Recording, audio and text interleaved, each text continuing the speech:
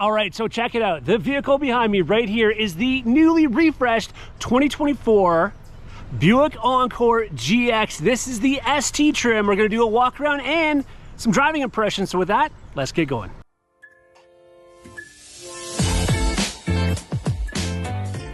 All right, so I've been excited to bring this to you ever since I saw this vehicle a few months back, where I had the opportunity, the lucky opportunity, to see the release of this refreshed 2024 Buick Encore GX at the GM Design Dome in Warren, Michigan. And now I'm here in Ann Arbor to not only go through a walk through this video, but also drive through the streets of Ann Arbor to tell you what I think about the drive, because I didn't get to drive it, of course, the first time around. Now, the model we're looking at here is the ST trim, and we're going to talk about what makes the ST trim in a second. As far as the overall dimensions and size, there is no virtual changes between it and the outgoing model in terms of the actual dimensions of the vehicle, but definitely some new stuff in the inside. And of course, the front appearance, the whole appearance on the outside has changed quite dramatically. Now, if you didn't already know this, they've definitely got the inspiration for the front of this vehicle and a lot of the styling cues of this vehicle from the Buick Wildcat EV prototype, or concept, vehicle is the word I'm looking for. And I have shown that. I've seen that in Chicago, I've seen it in Detroit. You can see some video here. They didn't know if it was going to work in an SUV trim, because that was obviously a much sleeker, much lower car. But I think they've done a good job at taking some of those styling cues and bringing it over to this small crossover here. And you can see this right off here with the winged LED daytime driving lights. These are also your signals as well. LED headlights are down here. Underneath the hood of this one, though, let's talk about that really quickly. It's a 1.3 liter 3-cylinder turbo, producing about 155 horsepower, 155 horsepower. But believe it or not, it's very torquey. It's very peppy. I've driven this today already, and I'm going to take you through it again. But I'm very impressed with the torquiness of this engine. It gets up and going when you want it to, because again, it's not a big vehicle to begin with, and it retains that fuel efficiency. I think they're just getting like just under 30, 28 miles per gallon in that range. Something phenomenal in terms of in terms of the fuel economy, pardon me, on this. Right here you can see the new Tri-Shield logo. I have a story about that. Tune into my Buick Envista video, because I'm going to talk to you about where that design came from. It's actually kind of a cool / funny story. We got the cameras out here out front. There's a lot of technology in this one, even though it's a sport touring trim. By the way, there is 3 trim levels in the Buick lineup, Encore GX lineup. There's the Preferred, there's the ST, which is what we're looking at here, and then there's the top trim level, which is the Avenir. I'm hoping to get into one of those today. I'll have a video on one of those as well. But in the meantime, let's talk about what makes it the ST, or the sport touring trim. As you can see, we have black in here, right in the grille. So unlike what we're going to see in an Avenir, where it's more chrome, we're having the black. The ST badging down here, of course, is black. Gloss black down here along the bottom, and that carries all the way through. You can see it's all the way here, of course. All the way through, this is going to carry the black. I love that look. Not to mention, it's kind of down in here, but up here they didn't put that black in there, and I'm not exactly sure why. Also, normally we would see the black up here too, and I'm surprised that they didn't do that with this ST trim. I think that would have made it look a little bit better. But again, the black carries through all the way here in the back. You have the nice big Buick name here, the new Tri-Shield logo, your Encore GX. Of course, this is all-wheel drive, and the ST. By the way, what I didn't mention when I was talking about underneath the hood, in terms of the power plant and in terms of what powers this is the all-wheel drive. So you're gonna have a 9-speed automatic transmission. If you get the base, or the front-wheel drive, pardon me, you're gonna have a CVT transmission. So there's a heads up there. And there is a more basic 1.2 liter 3-cylinder, which produces 137 horsepower. That's the standard engine in one of these as well. All right, but what else is different? What else is new? Well, of course, we have cameras on every angle on this, right? Back here, when we lift this up, not really a whole lot of differences back here, but still lots of room. You still have the ability to lift this up, and then of course, if you want, I'm not sure if I'm showing it very, oops, it's hard to do with one hand, but I am doing it. You can lower the floor, and now you have, a different height in terms of more storage height. If you want it, you can raise it back up, because when you want to raise back up if you have the seats lower, because then it'll give you a total flat surface. Otherwise, you'll have a bit of a chunk of the seat there. The seats are 60/40 split. I can show you that, actually. I'll show you exactly what I'm talking about. I gotta move this other seat up first. Somebody was sitting in this passenger seat who had it right back from the looks of it. By the way, that's the only thing the sport touring trim doesn't have, it's all manual adjustment on the passenger side, not the driver's side, of course, but on the passenger side it is. But here, so there, I love how it folds flat. By the way, that front seat folds completely flat as well, which is really cool. So especially if you have a long item. But see what I'm talking about right here?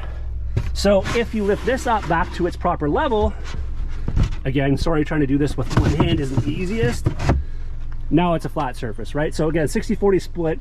I think they said it's around 23 cubic feet of storage with just the back. With that down, it's like 40. So it really adds to it. And then again, you have 7 feet from here all the way to the front if you have a longer item when you put that front seat down. I'm not sure if my bag and stuff is in the way here, but let's see. I should be able to do it. Yeah. Hard to do with one hand because, hold on. Ugh. Sorry for the camera work right here. Let's check this out here. So that'll fold down and then that folds flat. Sorry, I can't do it with one hand, but that will fold completely flat. And again, that gives you the storage. And then the cool part is they've been smart enough to put some plastic back here. So, you know, it protects it if you do have something larger or whatever going back there. So let's just put the seat back up here. All right. Leather interior in this one, of course, black interior. Obviously it looks good with the sport touring trim. Back seat wise though, now I was in front of myself here. So I was sitting in the front and I'm 6'2". So, and I had it back pretty far. Yeah, my knees are on the seat here, but I don't know if you can see, I have actual headroom here. I'm not crouching down. That surprised me. They did a good job cutting it out up here, if you can see that. And then, yeah, again, my knees are here, but my feet can go underneath here. So it's not actually too bad. It's not as bad as you would think. And if you didn't have somebody the same height in front of me, if you had somebody, you know, a little more reasonable height, perhaps, you'd have even more legroom back here. So, you know, surprisingly amount of room for it being such a, you know, a compact SUV, but it's really what's up here that's really surprising. And that starts right down here. Of course, you have the Bose stereo system in here. Obviously, all your power windows, power locks, all that kind of stuff is there clearly. There's your power seat adjustment, and you have the lumbar support as well. Again, I really feel like they should have added that on that side, but hey, it is what it is. The pricing that this comes in at, which I'll put on here, both Canadian and American, is a pretty good price, and that's the whole idea, right? So they might not have certain features, and you know, the passenger unfortunately has to play second fiddle, but the rear passengers, as I said, have some good room. I like the finishing touches of this. They've got some, you know, some character here. They got some character all the way along here. The stitching throughout is really nice. The ST in the headrest looks nice. Again, there's all the stitching down here. I really like the steering wheel though. The reason why I like the steering wheel is because it has that flat bottom. It looks sporty, right? Like sport touring trim. Again, this does not feel like your grandparents' vehicle, fortunately. You have a lot of safety features that are staying in this well. First and foremost, I can see right here, you have the IntelliBeam headlights. If you didn't already know, that turns the high beams off and on automatically. And of course, all the GM vehicles turn the headlights on automatic. The normal headlights on automatically. This turns the brights on and off, I should say, the IntelliBeam headlights. So heated steering wheel we see in here. It does have heated seats, no cooled seats in this, but you do have the big panoramic sunroof, which I love. Got my little suction cup in the way there, but because that shade is power and it'll move over, and you can move it over as much or little as you want, all controlled, you know, from up here. But this is the big difference here. So this is 11 inches of 19 inches of screen is what they're saying of infotainment. This is the largest in segment is what the news is on this right now. This here is 11 inches, okay, and then you have 8 inches over here, fully programmable, pardon me, digital display here. You can have all sorts of different information up on this screen, and then of course you have all of your displays here. You know, you have the camera views, which by the way, you have the strong vision camera, hence why I was talking about the cameras when I was outside, you know, forward, back, the sides of the vehicle. It's really cool that way. This, by the way, this vehicle can tow 1,000 pounds. The reason I thought of that is because I was thinking about, you know, trailering when I'm looking at the cameras, but you can pull 1,000 pounds. I know I'm getting off track here, but this is what the screen looks like. I like the design of it, but I don't, because I feel like there's a lot of space that they didn't use. But overall, I really don't want to complain, because I think this is a very good looking you know, setup that they have. Now down here, if I have any kind of little complaints, again, I'm being very nitpicky, because otherwise I think it's great. I think it's easy to use. This is very intuitive, but I'd love to see the temperature on here, and I would love to see separate climate control. I know the vehicle isn't overly large, it's kind of narrow, so you don't necessarily need separate climate control. but I do think you need it in some cases, okay? So again, that would be one little touch that I would add, and I think when we get in the Avenir, you're gonna see it does have that. It's a bit of a different setup in the Avenir as we have here in the ST, but again, the ST's coming in like $4 cheaper, or I think in that range. So, you know, it's a big deal. Sorry, those aren't as big of a deal if you're talking about saving money and that's what you're looking for, and you want the more sporty trim, you know, on the outside of it. So all in all, I'm very impressed with the looks of the vehicle, the features that it has, but I think we need to take this out in the streets of Ann Arbor and go for a little ride. So let's go. All right, so needless to say, I am excited to actually be in the driver's seat of this vehicle, again, considering I didn't have the opportunity to drive it when they were just introducing it in this refreshed model. Now, one of the things I can say is, you know, they basically had indicated, of course, a lot of the things they changed were more on the tech side of things, and not so much necessarily when it comes to, you know, the engine and, you know, so on and so forth. So what I'm excited about today is just kind of seeing how it feels. And, you know, one of the things is it's been a while since I've actually driven in, you know, the previous generation Buick Encore GX. You know, I'm using it in trucks and some of the larger SUVs. And the Buick Encore GX is sold so well, they were hard to get your hands on to actually be able to actually get in one just to drive from the dealerships I'm familiar with. So all that being said, you know, I'm very, very happy to be in this. One of the things I'm already noticing so far, especially because I don't have the radio on and I'm talking to you right now, is how, you know, remarkably quiet it is in here. And of course, that's due to the, you know, the Buick quiet tuning technology, right? I mean, there's no question, Buick has always been known and always synonymous for having some of the, if not the quietest vehicles out there. In fact, there's been comparisons even against Cadillac, their own brand, and how quiet these vehicles are. As far as the layout, I really, really love the improvements they've done in the, you know, inside here, as I've talked about before, in the larger screen and so on. And it really comes through as you're driving the vehicle. Everything is easy to see, easy to reach, very intuitive, you know, so far from what I've been noticing. The other thing I'm noticing, of course, is I am, again, down here in the Detroit area. And if you know this area of the world, much like where I'm from in Canada, because of the winter and all that kind of stuff that we have up here, it's nice to see the fact that, you know, having rough roads that we have here, the suspension is right on par again with any other, you know, Buick vehicle that you would ever drive. What's surprising about that, though, is because this is not a super long wheelbase vehicle, typically, you know, these smaller, lighter, shorter vehicles will more often than not give you a little bit more of a choppy ride, again, because of the fact that they are smaller. They don't, you know, they don't have that weight, that presence on the road.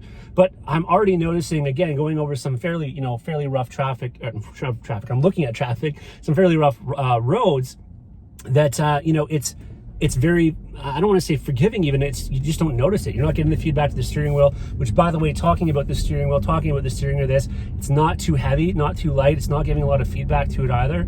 All the things you want, of course, when you are driving, you know, a vehicle, of course, you just don't want to even think about it, right? The 9-speed transmission, again, flawless. I don't know if I remember if I mentioned this or not, but in the, if you get a front wheel drive, this is the all-wheel drive. The front wheel drive uses the CVT transmission, but this is using the 9-speed transmission. And again, it's working, you know, again, you know, flawlessly. I know I keep saying that, but really I'm very, very impressed with the Encore GX in terms of, you know, what it's offering, again, for what the pricing, you know, of this vehicle is.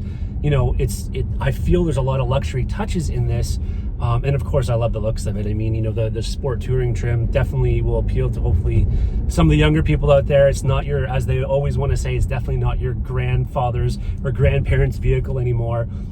They've definitely, you know, made this, you know, more of a sporty look, a youth look, and hence the ST, the, you know, sport touring trim. But like I say, so far, I'm really impressed with the ride of it. But again, it really boils down to the looks on the outside. I love the changes they've done there. And again, the bigger screens, you know, the 19 inches of screen that you're seeing in here. Both of those things make a major difference if I was purchasing a vehicle and the things I would like. Again, I don't think it has much difference in terms of the ride or performance than what we had in the previous generation. It's only added on what was already good as far as I'm concerned in that vehicle. They've just upped the ante. They've, you know, made things better by making it more modern, basically, you know, especially in the inside. So that's kind of my take on the driving of this Encore GX. Stay tuned though, because I am going to be talking about the Buick Envista, driving that, going inside and out of it, and telling you what I think about that. So stay tuned for that. But until next time, take care.